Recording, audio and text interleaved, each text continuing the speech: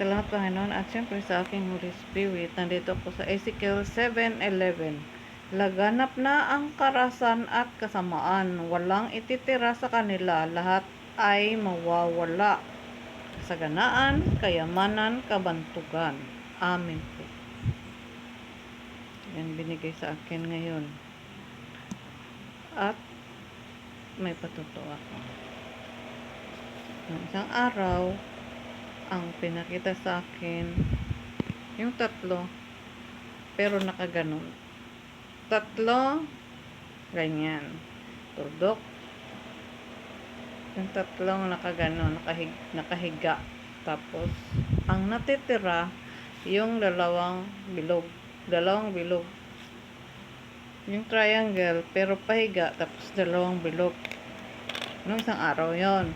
Tapos kahapon, ang binigay sa pinakita sa akin, ayun ko kung mga planeta din yon. Planeta ba yon?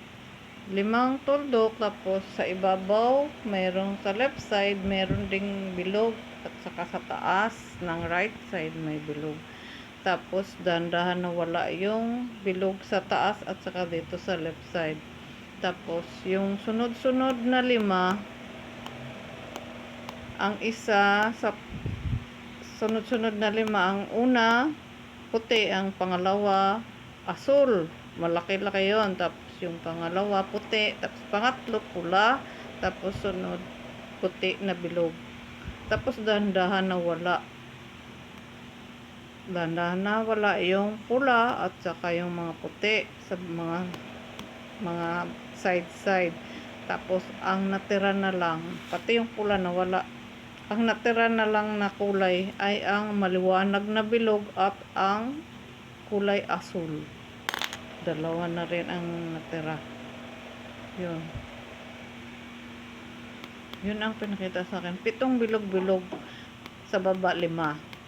Tapos yung una puti, tapos pangalawa asul, tapos puti na bilog, tapos pula na bilog, tapos na bilog, puti. Dandahan silang nawala. Tapos yung dalawa sa taas, left and right, tapos dandahan nawala. Nag-react yung spirit ko. Dandahan nawala yung mga puti sa ibabaw. Tapos dito sa side, sa sunod-sunod na 5, dito sa left nawala.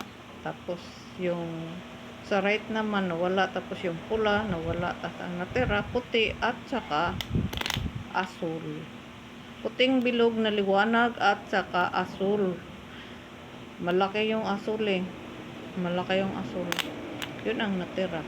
Katulad din ng nakaraan. 3 yun.